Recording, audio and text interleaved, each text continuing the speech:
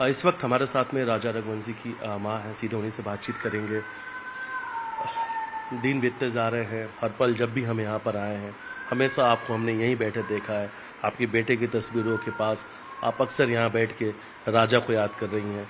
हर वक्त हर घड़ी आपके मन में सिर्फ और सिर्फ राजा है।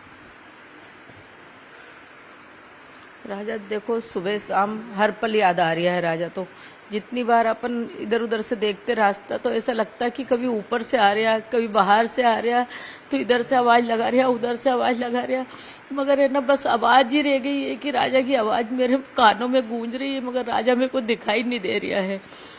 मैं राजा को क्यों मारा सोनम ने? सोनम बता क्यों नहीं रही कि राजा को मैंने इसलिए मारा? तो उसको बोलना चाहिए ना कि मैंने राजा को क्यों मारा।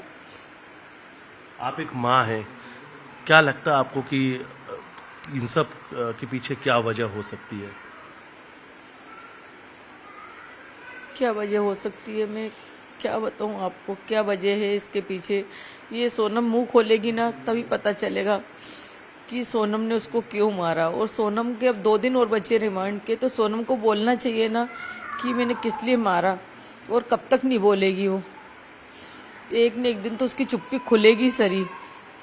लग रहा है कि अभी भी सोनम ने बहुत कुछ छुपा रखा है, बहुत सारे राज ऐसे हैं जिससे पर्दा उठना बाकी है। उसने छुपा तो रखा है, और कब तक छुपाएगी? वो बोलेगी, क्योंकि मेरी आत्मा बोल रही है कि सोनम बोलेगी और बताएगी कि मैंने क्यों मारा। उन कातिलों के लिए क्या कहेंगे आप जिन्होंने आपके बेटे की हत्या की है? जिन्होंने मेरे बेटे की हत्या की है उनके लिए तो मैं क्या बोलूं, क्योंकि भगवान भी देख रहा है कि जैसा मेरा बच्चा है वैसे उनके बच्चे भी उनके घर जाए। जब उनके माँ बाप को पता चलेगा कि बच्चे को क्या सिखाना चाहिए और क्या नहीं सिखाना चाहिए, क्योंकि उनकी शिक्षा ही गलत है गई। एक तस्वीर सामने आई है जिसमें राज जो है राजा के लिए कफन लेकर आया था आपके घर पे, वो सीसीटीवी में कैद हुआ है। तो कफन लेके आया था तो वही कफन उसके घर भी जाएगा, क्योंकि किसी के बच्चे के लिए कैसा कफन लेके आ सकता वो। और पहली बात तो उसने मर्डर करवाया और करा, बैठ के यहीं से साजिश रची थी। उसकी हिम्मत कैसी हुई मेरे घर आने की और मेरे बच्चे के लिए कफन लाने की? इन सभी कातिलों ने आपकी बेटे के लिए कफन की तैयारी कर रखी थी। सबको भगवान सजा देगा, मैं तो यही जानती। मेरा राजा अभी बैठा है गया, वो ही सजा दिलवाएगा। जैसे उसके साथ हुआ ना वैसे उसके उनके साथ भी होएगा। सब धीरे धीरे करके सब आ जाएगा सामने। ये एक माँ का श्राप है इन सभी लोगों को, सभी के लिए, क्योंकि मेरी बद्दुआ ही उनके वो आएगी। क्योंकि है ना मेरी आत्मा दुख रही है तो वो सब आगे आएगा ही आएगा। इन सब कातिलों के घर भी आप वही कफन भेजेंगी? मैं ऐसा तो नहीं बोल सकती हूँ, लेकिन वही है, जब भी याद करते हैं राजा को तो बस राजा की यादें ही रह गई हैं। और सवाल आपके मन में एक ही है कि आखिर राजा की क्या गलती थी? बस मैं यही बोलती, मैं राजा की गलती क्या थी, मैं राजा को क्यों मारा?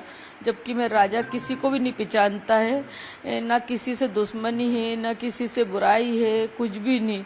वो तो मतलब दोस्ती बना था ना उनका, तो उन्होंने क्यों मारा मेरे राजा को? अच्छा, एक आखिरी सवाल, जैसे राजा और सोनम की आपसे आखिरी बार बातचीत हुई थी जब वो वहाँ पे गए थे घूमने के लिए, क्या ऐसे ही राजा की भी उनके परिवार में किसी से कोई बातचीत हुई थी? नहीं, वो उससे हुई थी, उनकी भाभी से बात होती रहती थी।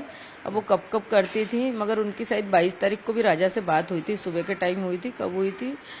अनीता से, अनीता सुनीता, हाँ हाँ, जो भी उनकी भाभी का नाम है, उनसे बात हुई थी। क्योंकि मैंने उनकी मम्मी से बोला था कि मैं एक बार राजा को फोन लगाती, एक बार सोनम को फोन लगाती, तो उनकी मम्मी ने बोला था कि मेरे पास तो राजा का नंबर नहीं है, अनीता के पास नंबर है, तो अनीता ही बात करती है बोले। तो अभी अनीता ने कल फोन लगाया था, बता रही थी कि मैंने फोन लगाया था जीजू को।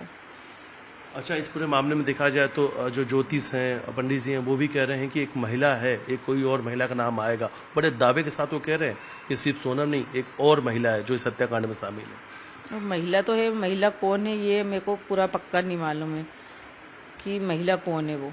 लेकिन आपको भी लगता है कि कोई ना कोई एक और महिला होगी? नहीं, हो सकती है, मगर मैं पक्के दावे से नहीं कह सकती हूँ कि महिला का नाम यही है, वो महिला यही है, ये नहीं कह सकती मैं। लेकिन कहीं ना कहीं एक पन भी तो है कि शायद सोनम की माँ को ये सब चीज़ों के बारे में पता तो था, उस परिवार में को कहीं ना कहीं से इन सब के बारे में कुछ ना कुछ जानकारी तो थी। नहीं, ये तो मालूम होगा ना, हर माँ को मालूम रहता, सोनम को माँ के तो पक्के मालूम ना। सोनम की माँ को तो हर चीज मालूम होगी, उसकी लड़की क्या कर रही, किससे मिल रही, कहाँ जा रही, क्या खा रही, सब मालूम रहता वो तो। कब आएगी ये भी मालूम था उनको, तो कब जा रही घर से ये भी मालूम था। आपके बेटे से सोनम ने जो कहा था चैन पहन कर आना और जो गोल्ड के आइटम है वो भी शायद अभी तक मिले नहीं है। अभी तक सोनम ने ये नहीं बताया वो कहाँ है। नहीं अभी नहीं मिले।